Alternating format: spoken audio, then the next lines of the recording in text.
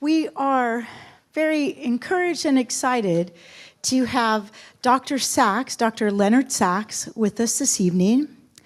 I had the privilege of hearing Dr. Sax this summer at the Association of Classical Christian Schools conference that several of our team went to. And he was speaking specifically to much of his material that is in one of his books, Boys Adrift, as it relates to how we can respond to young men, for they are different by design, and young women, for they are different when it comes to working with them in the classroom or helping raise them up as a community.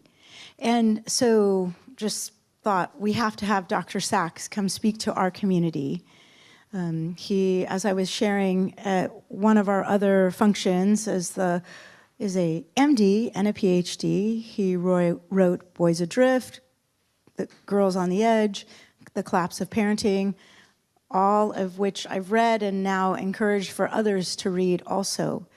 We were privileged today for he was able to come. He spoke to our upper school students related to social media, video games, etc. But the premise was more about how we spend our time impacts who we become and how we are. And he will be sharing a little bit about that this evening as he processes some of his evidence-based parenting when it comes to those things. And then he was able to speak to our faculty related to some of his gender differences based on evidence and how we can utilize that in the classroom with our boys and girls. And then we did a little podcast, which you'll get to hear. But we're super excited. He's here to speak to you this evening, and we're so grateful that you took the opportunity to come tonight, and I think you'll be blessed. Tonight for our new families is what we call TrinityU. And part of our partnership with our parents is how can we keep supporting one another, partnering together, and learning together in this marathon of parenting and getting our children through K through 12th and all that we're hoping for as it relates to our kids. And so we're grateful for that. And the hope being, and I appreciate what Dr. Sax had to say today when he talks about parenting takes courage. And when we speak of our mission as a school, we know that we hope to produce young men and women of virtue, wisdom, purpose, and courage. And that in order to do that, our children need to be surrounded by parents especially, but adults in their midst that are seeking those things as well and living out of those. So just super grateful you're here tonight, and Dr. Sax is as well. Let me pray for us and he can get started.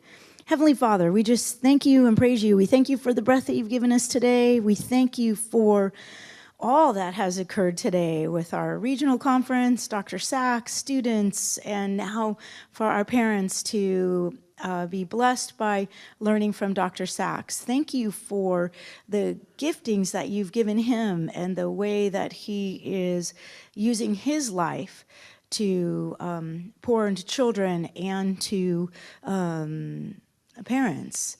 We're just so grateful, and we thank you and praise you, Lord. Amen. Amen. Okay, Dr. Sax. Thank you. Thank you.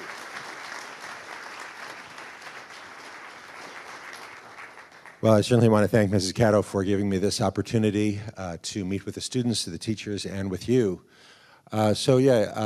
You heard earned my undergraduate degree at MIT. I earned my doctorate in psychology and my medical degree at Penn.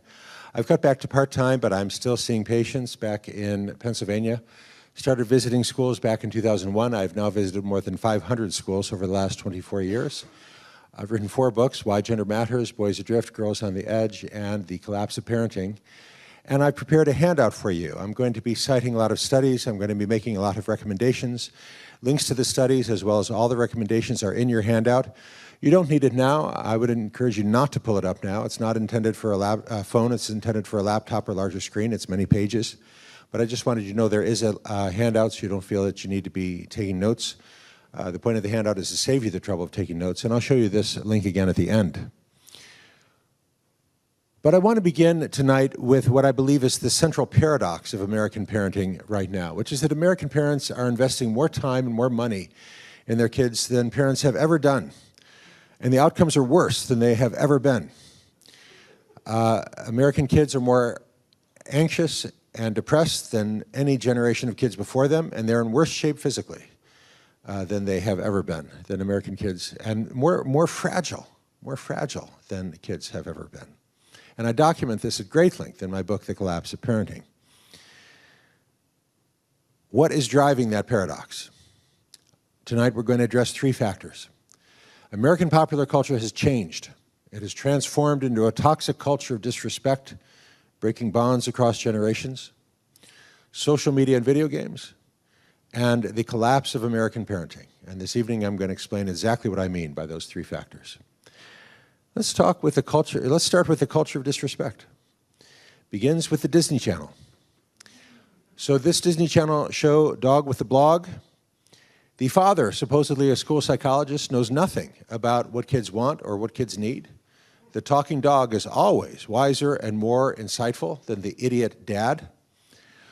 This Disney Channel show, Liv and Maddie, the two girls are as different as they can be. The one thing they agree on is that their mother, also supposedly a psychologist, knows nothing about the behavior or motivation of teenagers.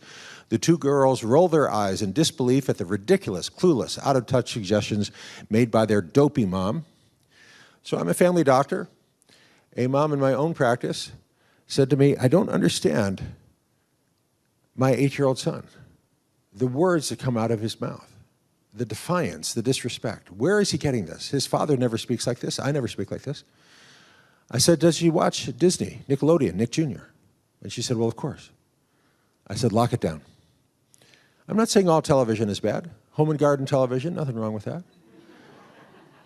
But no more Disney, no more Nickelodeon, no more Nick Jr.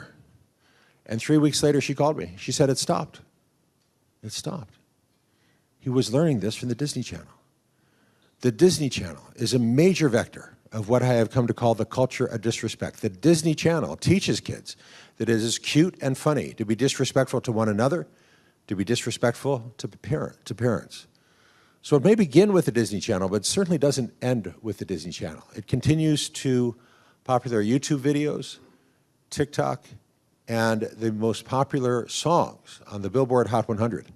So Leonard Sax had enormous success with his song, Old Town Road. 12 weeks at #1, the most popular song in the United States.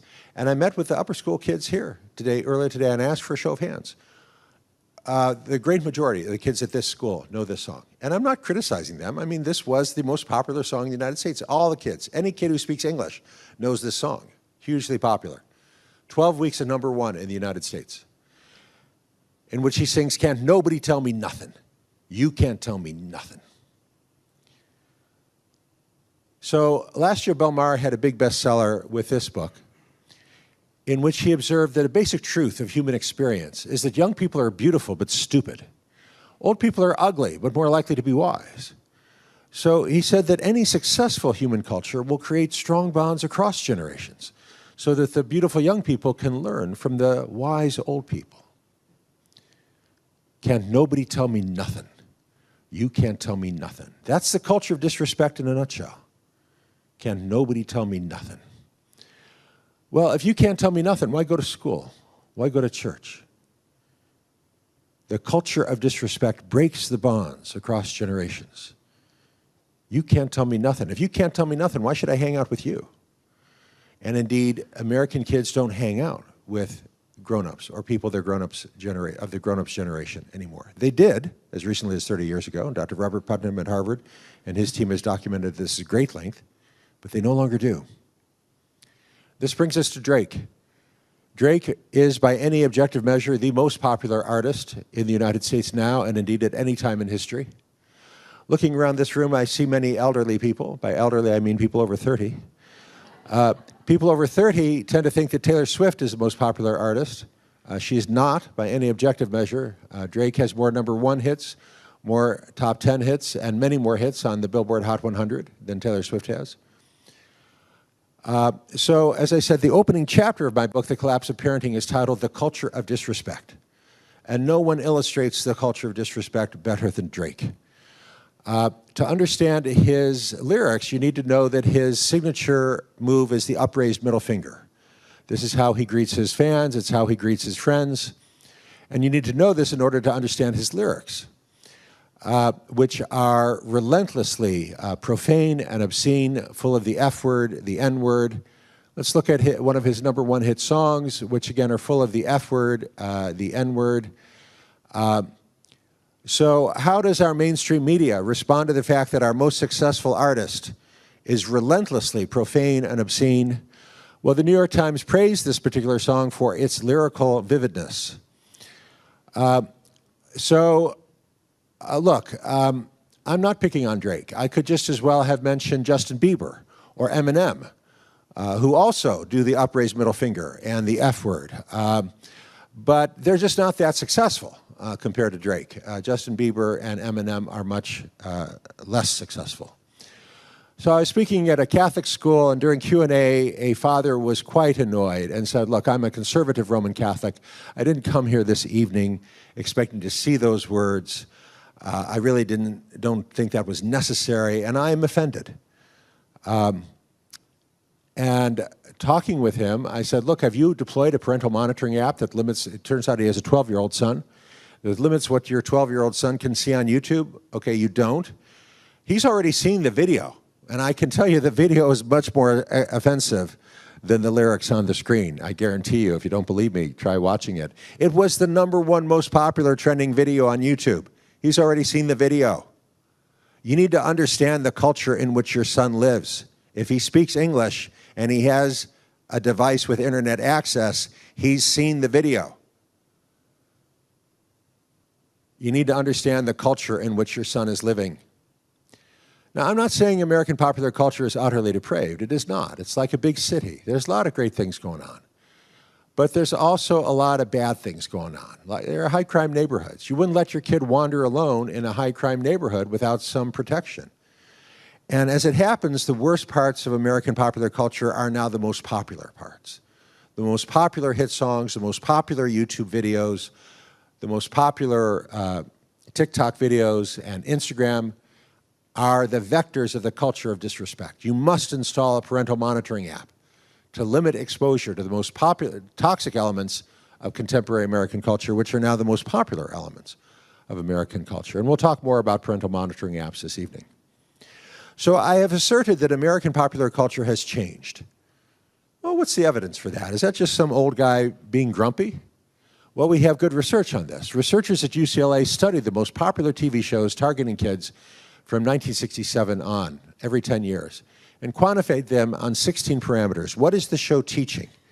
What's important? Most popular TV show in 1967, The Andy Griffith Show, 1977, Happy Days, 1987, Family Ties, 1997, Buffy the Vampire Slayer.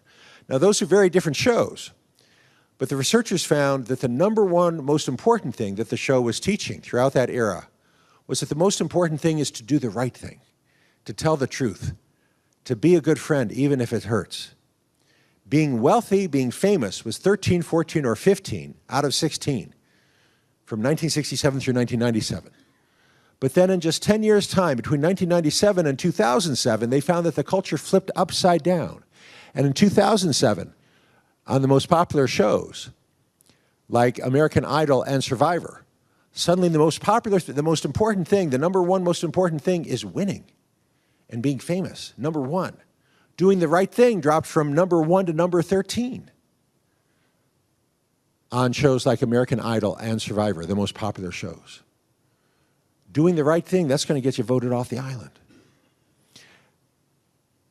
And the researchers wondered, well, this new cult of fame is immensely toxic, because if you buy into that and you're not famous, you will come to see yourself as a loser, as a failure. So I wrote a book called Boys Adrift. The subtitle is The 5 Factors Driving the Growing Epidemic of Unmotivated Boys. And underachieving young men. This is not the Boys Adrift talk, so this evening we're just going to focus on one of those 5 factors, namely video games. Researchers find that boys and girls tend to play different video games, and they play them differently. So Candy Crush and Homescapes are big with girls. When researchers look to see who has spent more than 3 hours in the past week playing games like Candy Crush and Homescapes, they find that girls outnumber boys. Most popular video games for American boys are games like Minecraft, Call of Duty, Grand Theft Auto, Fortnite, and RDR2. Average girl playing Candy Crush or Homescapes typically spends about 20 minutes in a session. The average boy playing Call of Duty or Grand Theft Auto typically spends about 2.5 hours in a session. So I was meeting with students at another high school and referred to research specifically on Call of Duty, and I referred to Call of Duty as a video game. And a boy raised his hand, and I called on him, and he said, "Excuse me," he said, "Call of Duty is not a game. It is a lifestyle." And he jumped up and pulled open his shirt to reveal his Call of Duty t-shirt. Another boy jumped up and pulled up his trousers to reveal his Call of Duty socks. Another boy stood up and began unbuttoning his trousers. He wanted to show us his Call of Duty underwear, but he was restrained. I've never had a girl make a similar comment about Candy Crush, although I did see a girl wearing Candy Crush leggings. What is the relationship between time spent playing video games and academic achievement? Well, researchers find no relationship below a threshold of about 6 hours a week. Beyond that threshold of 6 hours a week, there is a linear and negative relationship. A kid who spends 10 hours a week does less well than a kid who spends 5 hours a week. A kid who spends 20 hours a week does much less well. And I spoke to Craig Anderson, the lead investigator on that research, and I asked him, why is that? And he answered with one word. He said, displacement. Displacement. What does Craig Anderson mean by displacement? He means that if you're spending 20 hours playing video games, that's 20 hours you're not doing something else, like studying or sleeping. The average American boy now spends almost 10 hours a week playing video games, compared to about 90 minutes a week for the average girl. So these guidelines, which I shared with the students earlier today, based in the research, no more than 40 minutes a night on school nights, no more than an hour a day on weekends, and your minutes do not roll over. So if you go 3 weeks without playing video games, that does not mean that you're allowed to spend 7 hours on a Saturday playing video games. That is binge gaming, and it is harmful. No video games until all the chores are done and all the homework is done, and no video game console in the bedroom. Scholars defined a violent game as a game in which you must kill in order to win. And they did a remarkable study. They recruited more than 3,000 kids at 12 years of age and gathered every kind of information, demographic you can, race, ethnicity, household income, family composition, parental involvement. And they also did a comprehensive psychological assessment to determine for each one of these kids, to what extent is this particular kid altruistic or selfish, honest or dishonest, patient or impatient, gentle or hostile. So the way to conceptualize this study is to imagine you've got 2 identical boys. And by identical, I mean they're the same race, ethnicity, household income, family composition, parental involvement. And both these boys score the same on this psychological assessment: altruistic, selfish, honest, dishonest, patient, impatient. And both these boys spend 20 hours a week playing video games. The only difference is that one of these boys, his parents will not allow him to play violent games. So he's playing mostly sports games: Madden, NFL football, NBA basketball, FIFA soccer. The boy next door, he's in his bedroom with the door closed, headset on. Parents have no idea what games he's playing, so he's playing the most popular games for American boys, which are violent games: Call of Duty, Grand Theft Auto. At enrollment, these boys are identical on all these psychological parameters. But over 3 years, the boy playing the violent game changes. He becomes more selfish, less honest, less patient. And after 3 years, the difference is pretty big. So let me tell you one of the clever things the researchers do. At enrollment at age 12, the researchers say, all right, we're all done, thank you very much. Exit that door, make a left turn, go out, find your parents, goodbye. Boy goes out in the hallway. There's a $20 bill on the floor. At age 12, most of the kids pick up the $20 bill, walk it back in the technician and say, hey, somebody just dropped a $20 bill in the hallway. I'm sure they'll be looking for it. Would you please turn it in lost and found? Fast forward 3 years. Kids are now 15 years old. You bring them back in to repeat the comprehensive psychological assessment to see if they've changed. Once again, the technician says, all right, we're all done. Thank you very much. Exit this door, make a left turn, go out, find your parents. Boy goes out in the hallway. Once again, there's a $20 bill on the floor. The boy who's been playing the sports games picks up the $20 bill, brings it back in the technician, says, hey, somebody just dropped a $20 bill in the hallway. Would you please, you know, it's the funniest thing. Same thing happened here 3 years ago. It's like somebody here is just sprinkling $20 bills around. The boy who's been playing violent games, Call of Duty, Grand Theft Auto, goes out in the hallway, sees a $20 bill, looks both ways, there's nobody there. Bends over, picks it up, stuffs it in his pocket, leaves the building. But when you said to him just a few minutes earlier, you asked him, have you changed at all as a result of playing these games? Have you become any more likely to take something that doesn't belong to you? He said, no, I certainly haven't changed. Certainly haven't changed as a result of playing these games. I know it's just a game. I'm not going to go and shoot anybody. He has no awareness of how much he has changed. And the researchers wonder, why is that? Why does the boy have no awareness? And they answer their question. And the answer they give is that we judge ourselves relative to our nearest neighbor. We lead our moral lives relative to our nearest neighbor. Turns out that boys who are spending 20 hours a week playing violent video games are hanging out with other boys who spend 20 hours a week playing violent video games. They're all changing, but they're not changing relative to one another. So this boy is absolutely convinced he has not changed. He has no awareness of how much he has, in fact, changed. Some violent games are worse than others. The worst violent games, the games that push this change from honest to dishonest, from patient to impatient, from altruistic to selfish, the worst violent games are games which employ what the researchers call a moral inversion, a game in which good is bad and bad is good. So one example of a game with a moral inversion is Grand Theft Auto.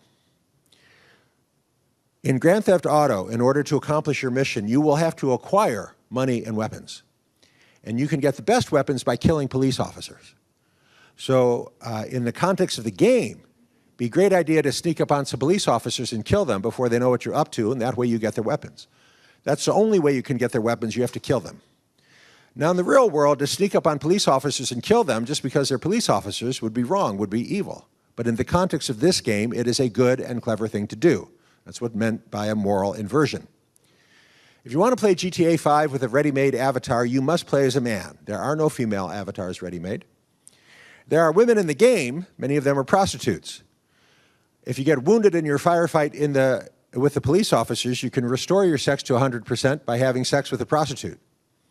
You go up to her, she tells you how much, you give her that money, and then you have sex with her, meaning you watch your avatar flopping on top of her. But you need money in order to complete your mission. You don't have to do this, but it would be a good thing to do in the context of the game, then to take out your knife, you want to conserve your ammunition, and kill her. And that's how you get your money back. That's the only way you can get your money back. You have to kill her. Now, in the real world, to kill a prostitute to get your money back would be insane, would be evil. But in the context of this game, it is a good and clever thing to do. This is what researchers mean by a moral inversion. And with this game launched, it was the most popular game in the United States. Lawmakers in Sacramento were horrified. They flew Anderson and Gentili to Sacramento and heard their testimony and said, look, based on your research, this is exactly the kind of game that is going to change personality, that is going to cause kids to become more selfish, less patient, less honest. And they wrote a law. The California statute made it a civil offense to sell not any violent game, the worst violent games, games like Grand Theft Auto, to a minor child under 18. Basically, it put these games in the same category as cigarettes. Put them behind the counter. You'd have to show ID, prove that you're at least 18 years of age in order to purchase the most violent video games. The video game industry immediately brought suit, claiming that the California statute violated their First Amendment right of free speech. And the video game lawsuit went to the United States Supreme Court. And the Supreme Court ruled in favor of the video game industry, rendering the California statute null and void. Justice Samuel Alito wrote a concurrence. Justice Alito said, look, I have read the research of Anderson and Gentili. I read that study, those studies. And I share the concerns of California lawmakers and California parents. These games are heinous. That's the word he used. He said, no child, no teenager should be playing a game where you get rewarded for killing unarmed civilians. But he continued, nevertheless, it is the ruling of this court that deciding what games children will play is not the job of the California State Assembly. It is the job of the parent. And I have included a link to the full text. Oh my goodness, that's the wrong link. It's trinity.pdf. I'm speaking tomorrow at Armaday. That's my excuse. It's not a very good excuse, but it's trinity.pdf, not armaday.pdf. No excuse for that, trinity.pdf. But there is a link, I assure you, in your handout to the full text of Justice Alito's concurrence, trinity.pdf, not armaday.pdf. A link to the full text of Justice Alito's concurrence, because you need to understand that this is your job. There can be no law limiting what games are sold to children, no matter how violent the game, no matter how young the child, because the Supreme Court has so ruled. You must limit, govern, and guide what games your child is playing. It's your job, if your son's going over to a friend's house, to call the friend's parents and say, hey, will there be a grown-up around to make sure that the boys are not playing a game like Grand Theft Auto? And if the other parent says, hey, the boys go in the bedroom, put on their headsets, I'm not going to waste my time chaperoning what games the boys are playing, then you must say to your son, I'm sorry, you're not allowed to go to that house. There's a lot at stake, it matters, and nobody else can do this job. You have to know the name of the game. Fortunately, that's all you have to know. You go to commonsensemedia.org, a California-based nonprofit, and you type in the name of the game. That's all you have to do. Type in the name of the game, type in Grand Theft Auto, and it'll say absolutely not. No child, no teenager, and maybe no adult either. This game is really twisted. It is reliable. You can trust the assessments. There's no industry influence. So researchers find that violent video games is more of a boys' issue than a girls' issue. When they look to see who is spending more than 20 hours a week playing violent video games, they find that boys outnumber girls by more than 8 to 1. Social media is more of a girls' issue that I address in my book, Girls on the Edge. To understand why it's more of a girls' issue, I want you to imagine a girl living in ancient times. By ancient times, I mean 2005, 20 years ago. It's the evening. She's writing in her diary, by which I mean she's writing with a pen in a bound volume of blank pages. She's writing about who she likes, who she doesn't like, the girl she most admires, the woman she hopes to become. She might write 5 pages in an evening. She's not going to show that to anybody. If she's a younger brother, she might keep it under lock and key. But she's doing very important work. She's figuring out, who am I? Who do I want to become, and what do I really want? The great American psychologist, Dr. Abraham Maslow, said that figuring out what you really want is not trivial. He believed that many adults were miserable because they're working hard at jobs they hate in pursuit of goals that are no longer meaningful to them. So this girl writing 5 pages about what do I really want, she's doing important work. Fast forward to today. When I meet with high school students, I'll sometimes ask them, who here is on Instagram? All the hands go up. Who's on TikTok? All the hands go up. Who's on Facebook? A few hands go up. Who here has a diary? In a room of 300 kids, 4 hands go up. Who's posted anything on social media in the last week? All hands go up. How about the last 24 hours? Most of the hands go up. Who's written in their diary in the last week? No hands. The social media have crowded out the diary. Kids are busy. There's not enough time in the day for both. And social media matters more. So then I'll ask the kids, what's the difference between posting on Instagram and writing in her diary? And a girl raises her hand. I call on her. She says, the diary is private. Instagram is public. Yeah, bingo. Exactly right. When researchers look to see how American kids are using social media, they don't find any 5-page essays about what I really want out of life. They find photos. And this is true for girls. This is true for boys. Mike Stefano asked, who posts more? Girls post more, 5 times more. And the photos are different. A boy and a girl both go to a football game, and they both take pictures at the game. But the boy is taking a picture of the game or the pretty cheerleader at the game. The girl's turning the phone on herself, and she's taking 100 selfies at the game. And then that evening, she's going through the 100 selfies, and she's finding 2 or 3 where she's laughing and the kids around her are laughing, and that's what she posts on her Instagram. Here I am at the game. We had a great time. The difference between writing in your diary and posting on Instagram is the difference between living and performing. The diary is about living. It's about figuring out who you are and who you want to be. Social media, as used by American teens, is a performance. There's nothing wrong with a performance. A performance is a show that you put on to entertain or amuse other people. Nothing necessarily wrong with that. As long as you understand that the performance has to come to an end and you take off your mask and resume your real life. My concern listening to girls is that many of them are trapped in what I've come to call the cyber bubble of 24/7 texting and social media, and the performance never ends and the mask never comes off. And it is exhausting and it is draining.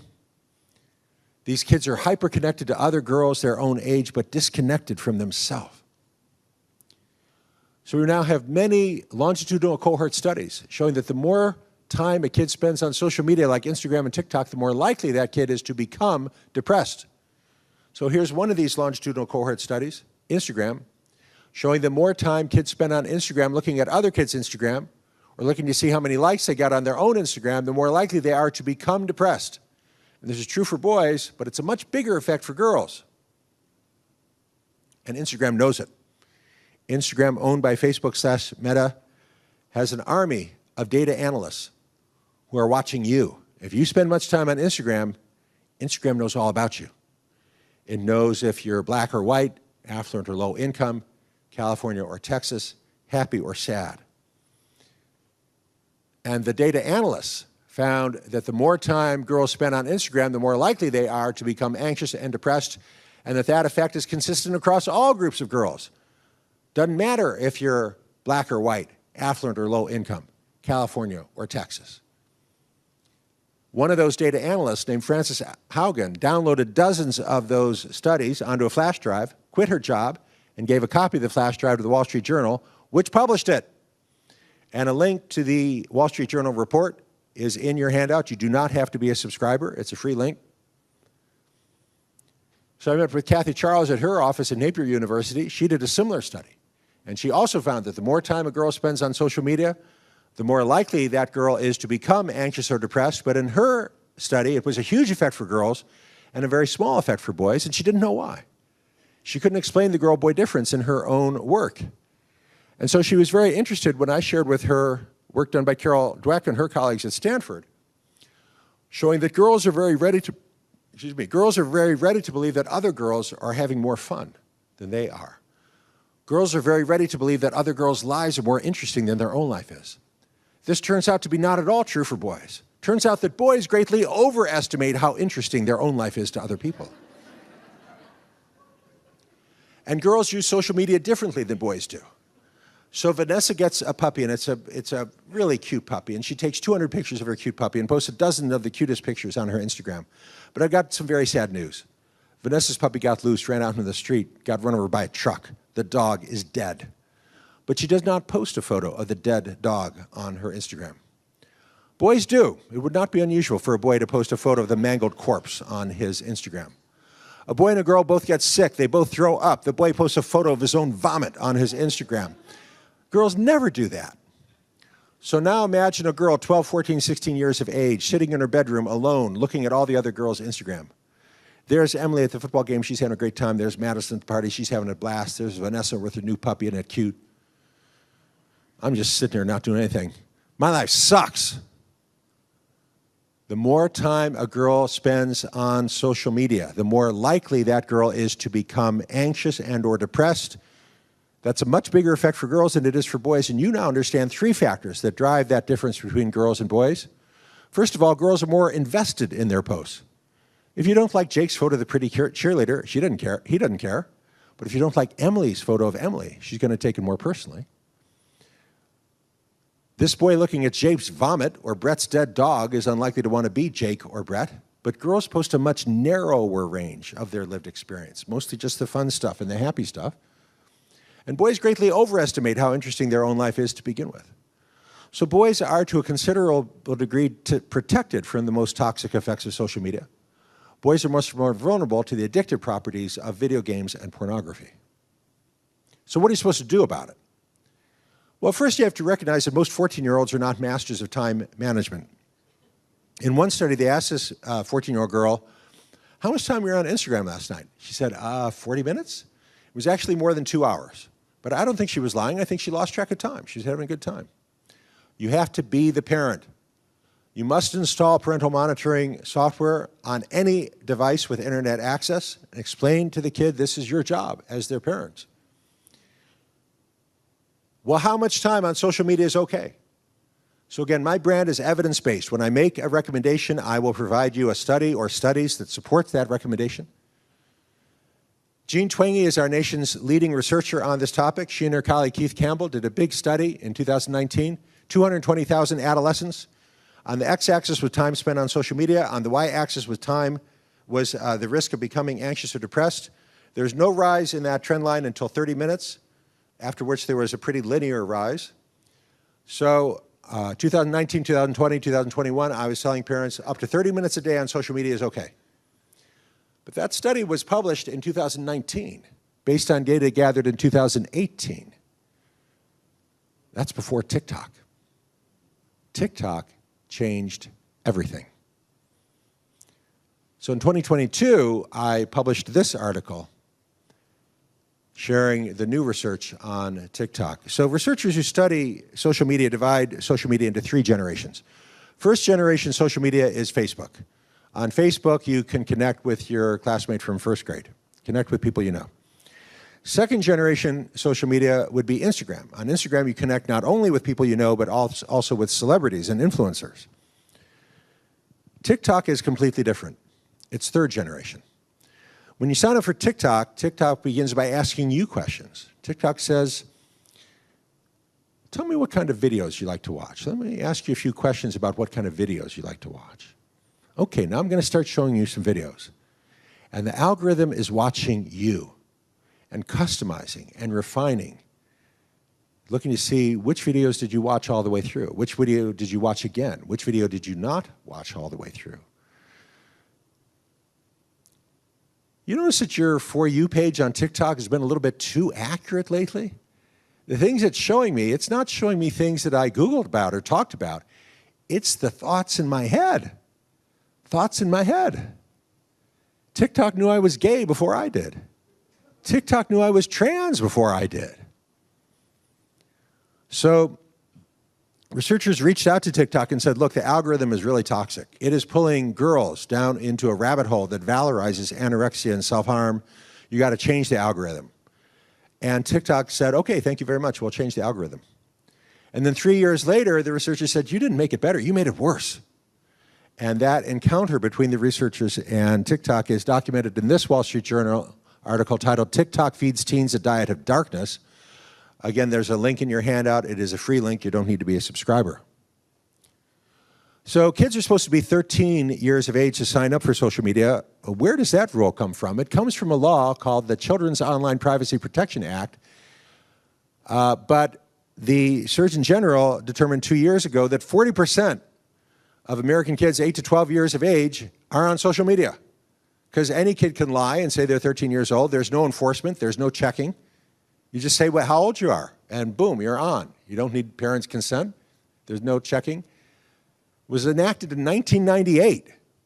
Okay, Facebook came on board in 2004. This is prehistoric. So 2 years ago, the Surgeon General said, all right, we need a new law.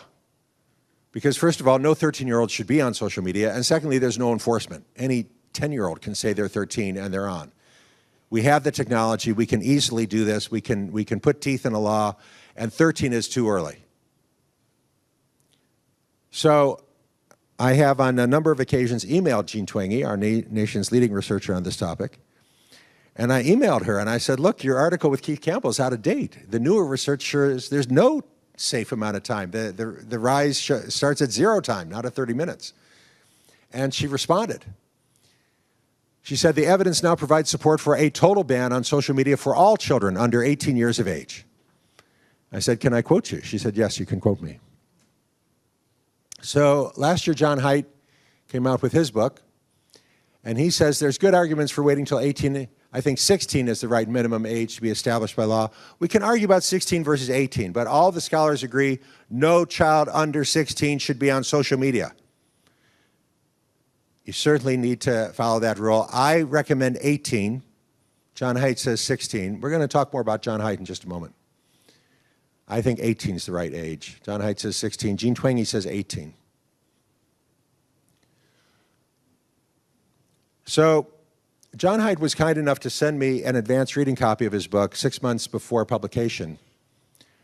And I emailed him back. I said, it's a great book and everything, but to be blunt, it's all theory, no practice. You give parents no guidance about how to do anything, to enforce any of the recommendations you make. You never mention parental monitoring apps. You never mention them, which are essential if parents are going to keep their kids off social media. You talk about how terrible social media is, but you don't tell parents how to do it.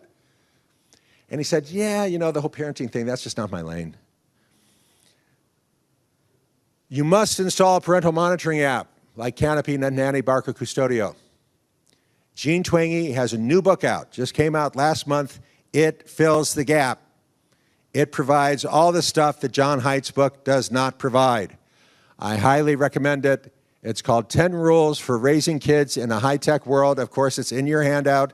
This is the book we need. Can't recommend it highly enough. She walks you through how to install a parental monitoring app. Because parents will say, my kid will just uninstall it, do whatever he wants, and then reinstall it. No, he can't. Not if you know what you're doing. She will show you how to do it. If you're not sure how to do this, you need this book. And again, parents are skeptical. They'll just say, come on, my daughter's just going to Google, how do I get around parental controls on NetNanny? Well, I actually spoke in NetNanny. And they told me they have colleagues whose full-time job is to Google the phrase, how do I get around parental controls on NetNanny? And that if the kid has found a hole, they patch it, usually within hours, and the app will update. These apps work. I found that when parents say that, they're saying this is an excuse because they don't want to do it. They don't have the courage. I want you to know I practice what I preach. I have had the great privilege of speaking at J. Sarah Catholic High School in San Juan Capistrano, Orange County, on 10 occasions since 2017, in person. And 3 years ago, my daughter accompanied me. They have an early start at J. Sarah before my daughter's school, so she flew with me to LAX, and we drove down to Orange County. And Pat Reedy, Vice President of Mission and Faith, interviewed Sarah on his podcast. And he said, so Sarah, I understand you're not on Instagram, you're not on TikTok, you never have been, you have no social media. Why is that? Is that because your father, Dr. Sax here, will not allow it? And she said, no. It's because I have a life. I dance, I do theater, I go to the barn, I have friends. I have better things to do than scroll through Instagram and TikTok. And I'm very proud of how she handled that question. There is a link to that interview on the J. Sarah website. I've included that link in your handout if you'd like to hear my daughter, who is now 19, a freshman in the Honors College at the University of Pittsburgh, and she still has no social media, I'm very proud to say. But again, parents are skeptical. Whoops. So let's talk about John Haidt. Haidt claims that smartphones and social media are to blame for the increases in anxiety and depression that have been noted not only in the United States, but also in Canada, Australia, and the United Kingdom. But Derek Thompson, writing in The Atlanta, notes that the rise in anxiety is not seen in many countries outside the English-speaking world. There's a link in your handout to his article in the Atlantic magazine where he says that America is exporting its culture. It's not seen in Spain. It's not seen in Greece. It's not seen in Russia. Over the same years that we were seeing this rise in anxiety and depression among American teens, we were not seeing it in Greece or Russia. But kids in Spain and Greece and Russia are just as likely to have phones, just as likely to be on social media as kids in the United States. These findings suggest that the smartphones and the social media are vectors, but not causal agents. Now, those term vectors and causal agents are borrowed from medicine. I'm a medical doctor. That's a photograph of the Anopheles mosquito. The Anopheles mosquito is the vector of malaria, but it's not the cause. The cause of malaria is the parasite, microorganism that you can only see under the microscope, Plasmodium falciparum. The mosquito is the vector, but the parasite is the cause. The smartphone, the social media are the vectors, but the causal agent is American culture, a newly toxic American culture. And that's why Greek and Russian kids are not affected. They're not exposed to the cause, to the toxic American culture. So I make this point in my article for the Institute for Family Studies. It's basically my rebuttal to John Haidt. John Haidt is mistaking the vector for the cause. He claims that the cause is smartphones and social media. No, smartphones and social media are the vector. The cause is a toxic American culture. And it matters. I agree with John Haidt. We've got to lock down the smartphones. We've got to eliminate social media for kids under 16 or 18. But we've got to do more than that. We've got to offer a healthier culture in place of the toxic contemporary culture of Drake and SZA and Cardi B and Megan Thee Stallion. Remember, John Haidt is an atheist who lives in Manhattan and loves it, loves American culture, loves Manhattan. There's a lot of things he does not see because of who he is. What do kids need in order to fulfill their potential? A French aristocrat wrote a letter to another aristocrat advising her how to raise her son.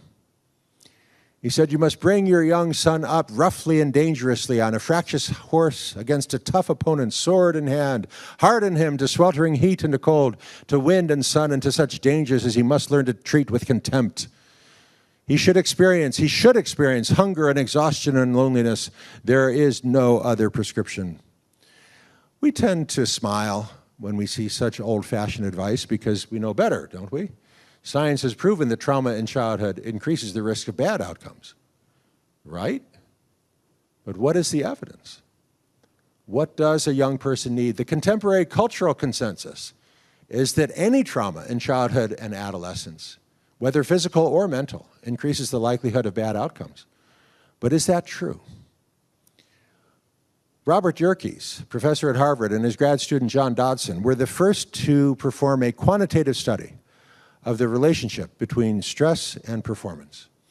And their findings, variously referred to as the Yerkes-Dodson curve, the Yerkes-Dodson law, the Yerkes-Dodson relationship, is arguably among the most validated relationship in human psychology.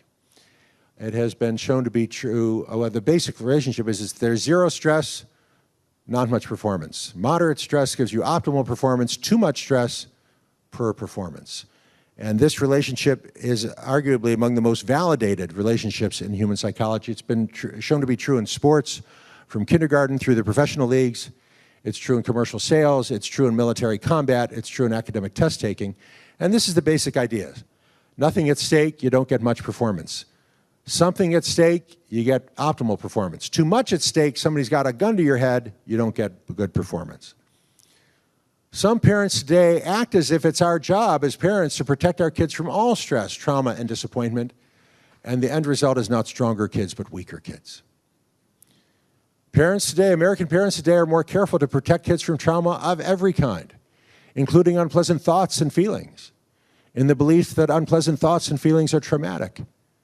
One parent complained to the school that her daughter wasn't invited to a birthday party. She complained that her daughter was being bullied because she hadn't been invited to a birthday party. Mom believed that all the other kids were invited and her daughter wasn't invited. Mom was mistaken. About half the other kids were invited. So Donna Lindner was head of the lower school at the Agnes Irwin School when my daughter was a student there. And I attended a presentation that Donna did. Donna had a lot of wisdom to share.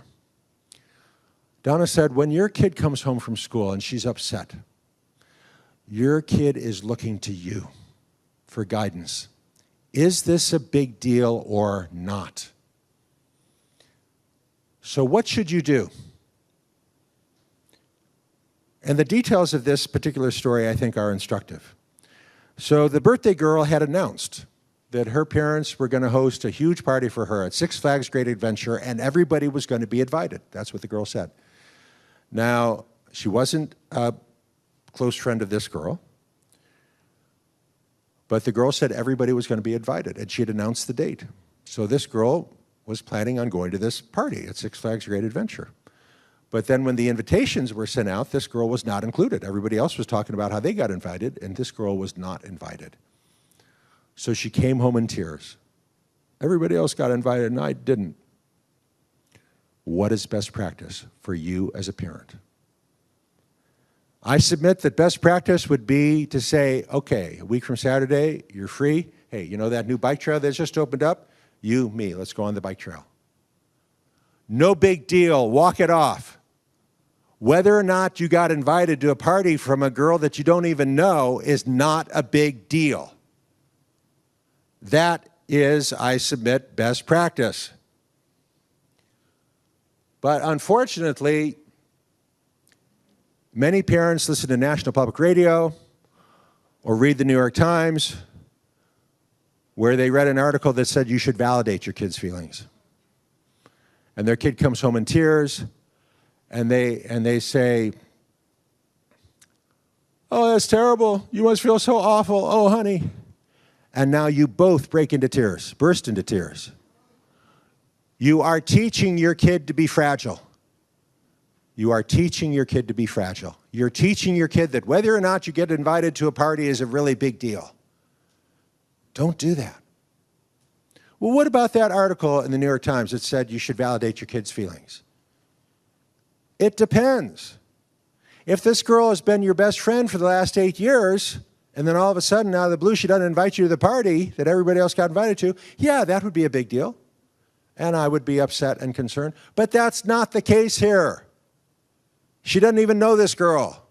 Walk it off. It's not a big deal.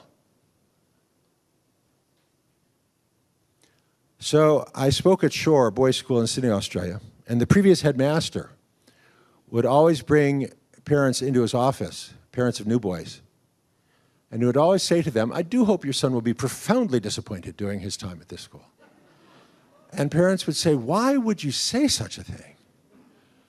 And he would say, if your son does not encounter real disappointment during his time at this school, he will not be prepared for it when he encounters it in his adult life, as he surely will. To be successful in life, you have to be willing to move from failure in one realm to failure in another realm with no loss of enthusiasm. That's the key. The rules for success in life are different from the rules for getting into a top college. Don't confuse the two. What's the opposite of fragile? Resilient has become kind of a mushy term. People use that term almost as a synonym for good. It can mean a lot of different things. It can mean robust, meaning that you fail and you try the same thing. If at first you don't succeed, try again at the same thing. Or it can mean adaptive, meaning you fail and you try something different.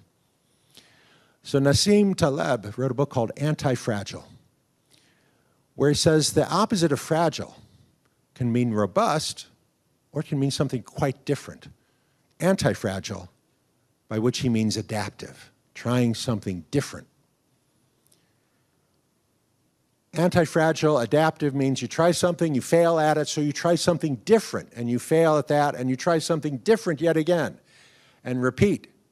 Success means moving from one failure to the next with no loss of enthusiasm.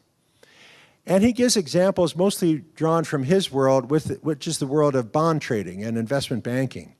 But as a family doctor, I think it applies very much to the world of parenting. That's the secret of true success. I recommend his book with some reservations. He's really into name dropping and showing you how many famous people he knows, but it is a useful book. Failure is not a tragedy. It's the key to success, or more precisely, the willingness to fail is the key to success. Never, ever, ever, ever tell anyone that your child is a straight A student, even if she is. Don't ever do that. Because if your child overhears you, you are setting her up for catastrophe.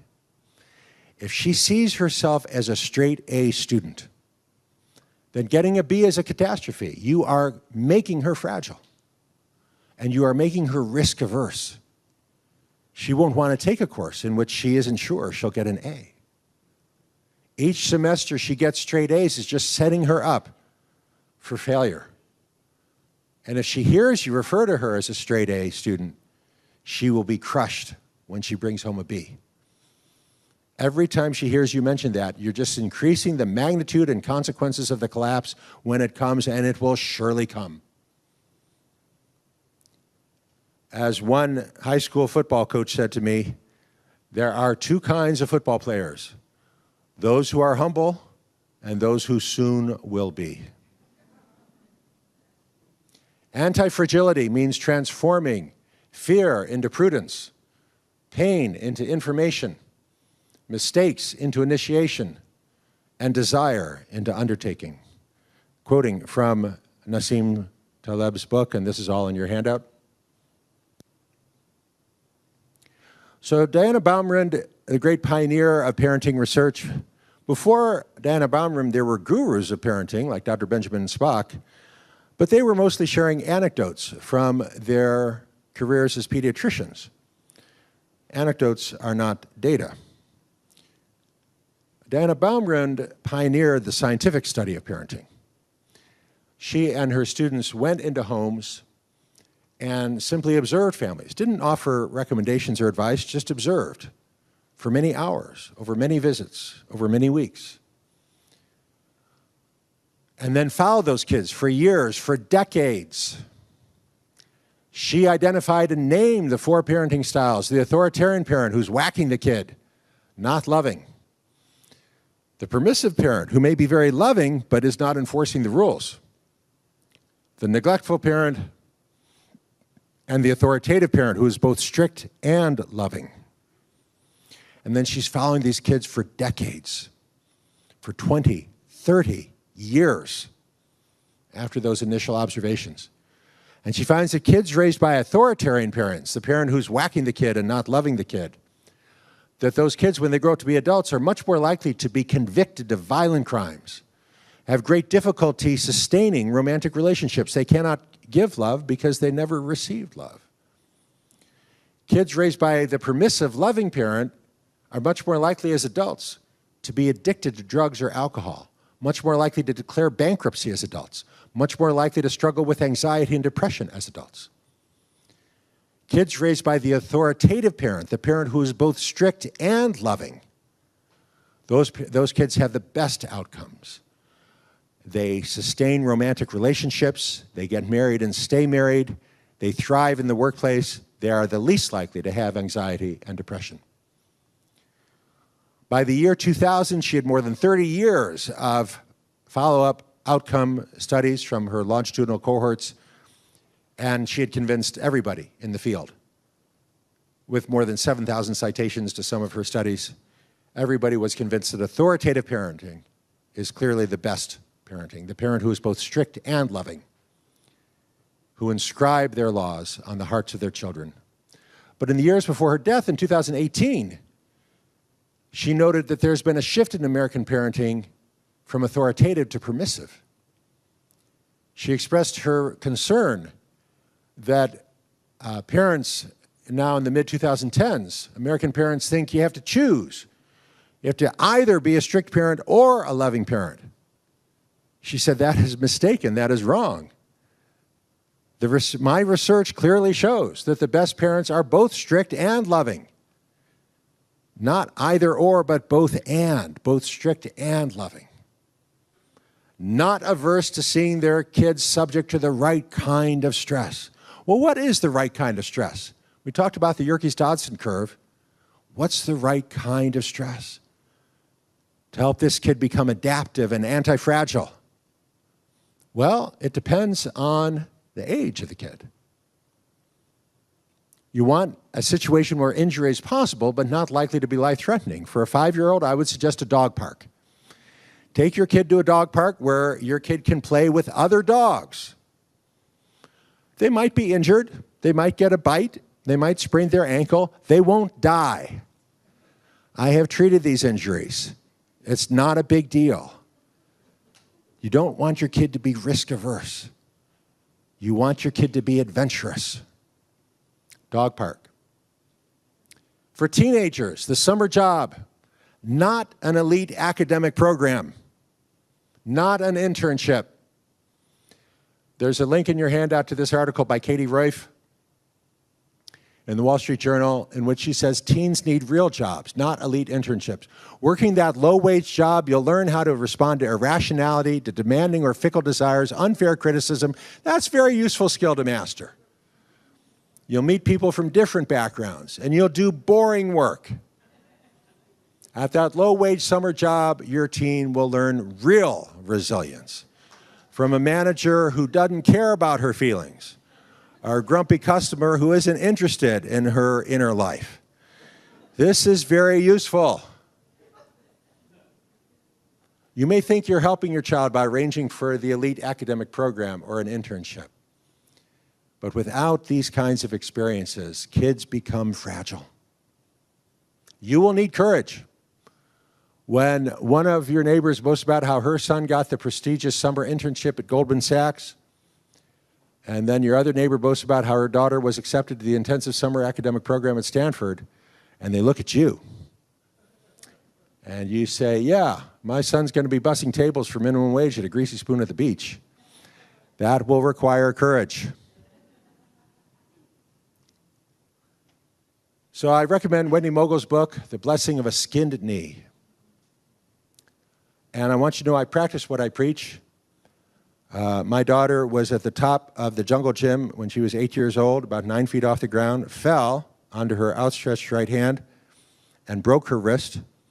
And here she is admiring the cast which I applied. You know, I'm a family doctor. Her mom brought her 8-year-old into the office, was running around the playground, tripped, fell, came into the office with a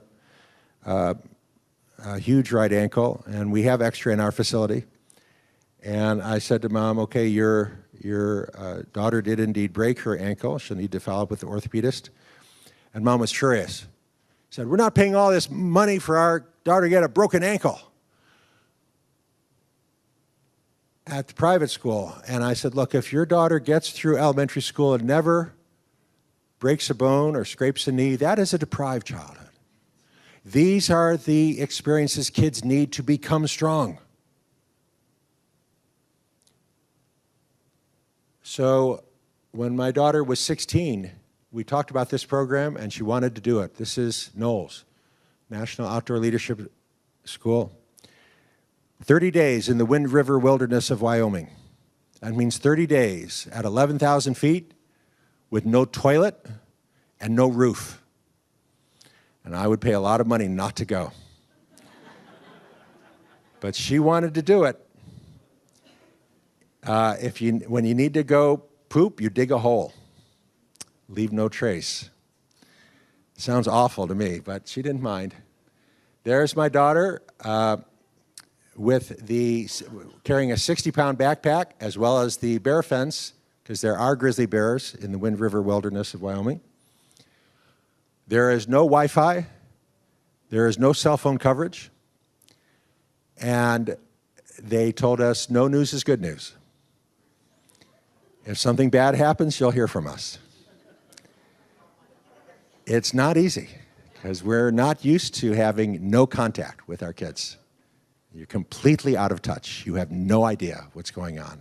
Watching the Weather Channel to see a thunderstorm with 70-mile-an-hour winds going through the Wind River Wilderness. They have no protection against lightning. You're 11,000 feet. It's cold, and there's no heat. There is no heat.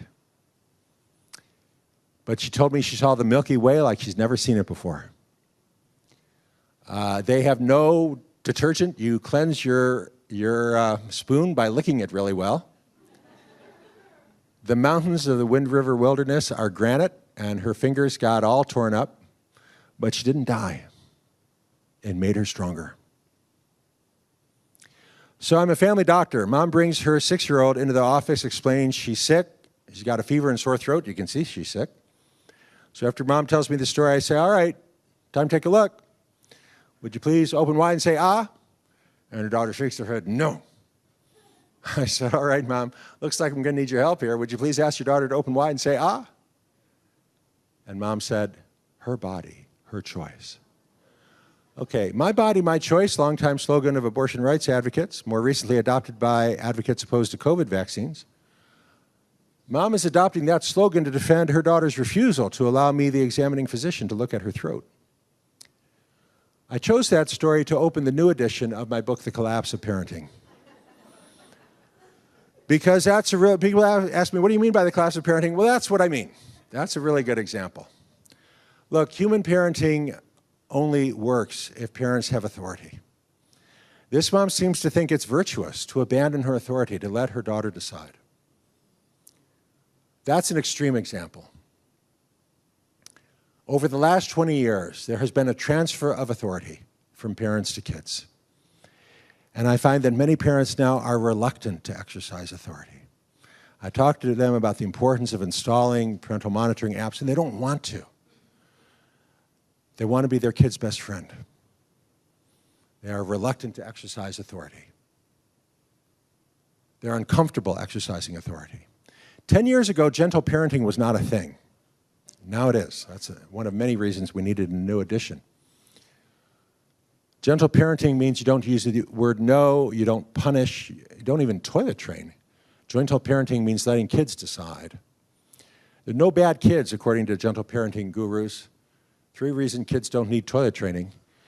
The No Bad Kids Master Course. Okay, there are no bad kids, according to gentle parenting, just bad parents. So, gentle parenting is at odds with Scripture.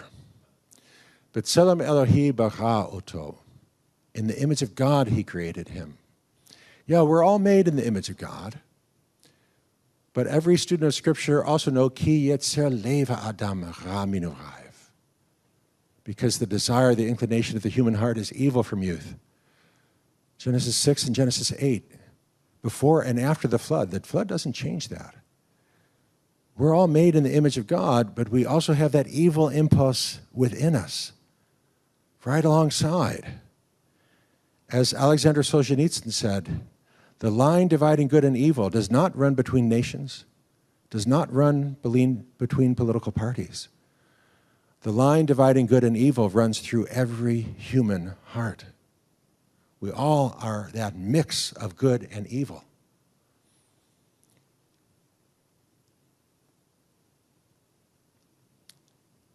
Proverbs 16, Umoshel birucho milochai de'ira. Greater is he who can conquer his spirit than he who takes a city.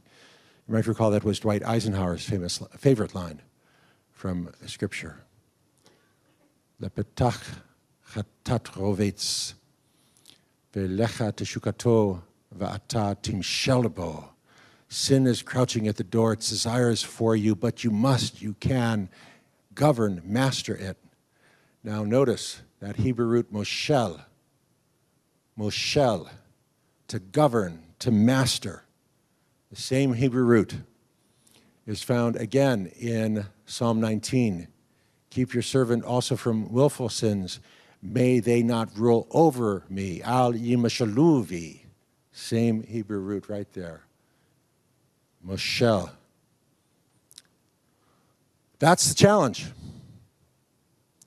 To recognize that we have that evil impulse within us. Gentle parenting doesn't get it. Gentle parenting traces its root to Rousseau, who said that men are born good and they're corrupted by society. That's not what Christianity says. Christianity recognizes that we all have that evil impulse within us, and we must govern, master it. Al yimshluvi. That's the challenge, to govern that evil impulse rather than to be governed by it, and to teach our children to do likewise.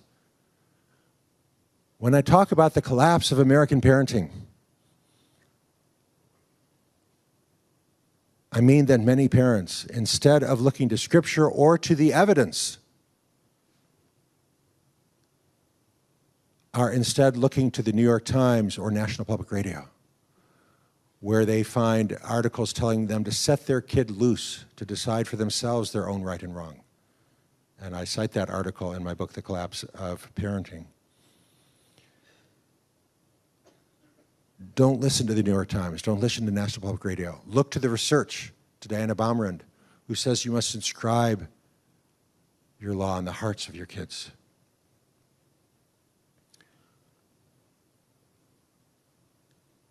And I also wanted to mention Deuteronomy 6. You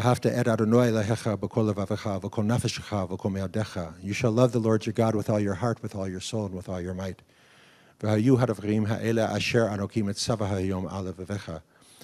these words which I command you this day shall be upon your heart. That next phrase usually translated, teach them diligently to your children. But that's not what the Hebrew says. It would be easy to say that in biblical Hebrew. The verb would be lamed, but the verb there is not lamed. The verb is shanein. Shanein doesn't mean to teach. It means to chisel in stone. From the root shane, meaning tooth. So a better translation of Deuteronomy chapter 6, verse 7 would be something like inscribe, incise, chisel these laws in the hearts of your children. You'll find that exegesis of Deuteronomy 6 in my book, The Collapse of Parenting, right alongside the New York Times article by Jennifer Finney Boylan, in which she said that enlightened parenting means setting your kid loose to discover for themselves their own right and wrong. And if in so doing your child becomes a stranger to you, then so be it. Don't listen to the New York Times. Listen to Diana Baumrind or listen to Scripture. So when I meet with students, I will often ask them, what's school for? High school students, I ask them, what's school for? Why go to school? They'll say, to get into a good college. I'll say, why do you have to go to a good college? They'll say, to get a good job. I'll say, why do you need a good job? They'll say, to earn money, to earn a lot of money. I'll say, why do you need to earn a lot of money? They'll say, to have fun. Geez, who hired this guy? So, Dr. Wright hired me to spend 2 days at Shore, the boys' school in Sydney, Australia. And of course, we'd worked out the agenda in advance. A big part of the agenda was meeting with students, grade by grade, to do these back and forth questions. So he picked me up at the airport, and driving in, he said, I want you to ask me the questions you're going to ask the students tomorrow. I said, all right, here's one. What is school for? And he said, school is preparation for life. It's not about getting into university. School is preparation for life. And I answered him as I would answer a student. I said, all right, what is human life for? And he answered without hesitation. He said, human life is for 3 things. Meaning for work, a person to love, and a cause to embrace. I said, okay. That is an answer. I'm not saying it's the answer. I'm not saying you have to embrace Dr. Wright's answer. But that's an answer. That's what an answer feels like. You've got to figure out what is your answer. You've got to offer your answer to your kid. So remember the Yerkes-Dodson curve. Find the right kind of stress to go beyond resilience. Recognize that the willingness to fail is the key to success. Don't sink into the culture of safetyism. Remember the blessing of a skinned knee. Be the authoritative parent. We began this evening with a question: why are American kids today so much more likely to be anxious, depressed, fragile, and what can we do to make a difference? My answers are that the parents have allowed the American culture of disrespect to break bonds across generations. But you can change that. Prioritize the family, block out that culture of disrespect, offer a healthier culture. American culture now prioritizes fame over virtue and character. You must challenge that. You can't change Hollywood, but you can offer a healthier culture in your home. Parents have allowed social media and video games to displace real-world experience.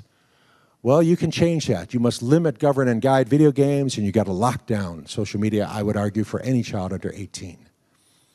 The collapse of American parenting has set kids adrift in a toxic culture that celebrates instant gratification, the desire of the moment, and live for now. You must challenge that. You must offer a positive culture in which it's cool to be virtuous and self-controlled. But you cannot teach a virtue which you yourself do not possess. In order to become a better parent, you'll have to become a better person. So you find more on these topics in my 4 books, all of which are available as audiobooks. My books are available in translation in 12 different languages, some of which are shown here and a few of which are on the counter here. If you found this message useful and you know of another group that might be interested, I hope you'll come up, grab a business card, let me know. I hope you'll sign up for my free newsletter at leonardsax.com. I will never share your email with anybody. I send out a newsletter about once a month. Hope you'll check out my website. I offer a lot of other presentations. This presentation is a bit of a downer, I think you'd have to admit. Not very much fun. Hopefully useful, but not a lot of laughs. My most fun presentation is titled Why Gender Matters, What Parents Need to Know About Hardwired Girl-Boy Differences. Turns out that for many odors, women have a sense of smell that's much better than a man's. How much better? 5 times better? 10 times better? No, it's 100,000 times more sensitive. A man and woman walk into a room, and the woman says, oh my goodness, something rotten in here, I'm going to throw up. And the man says, I don't smell anything. So that's a very fun presentation. The handout for this talk is my name, leonardsax.com/trinity.pdf. It is case sensitive. It is all lowercase, and you must include the .pdf.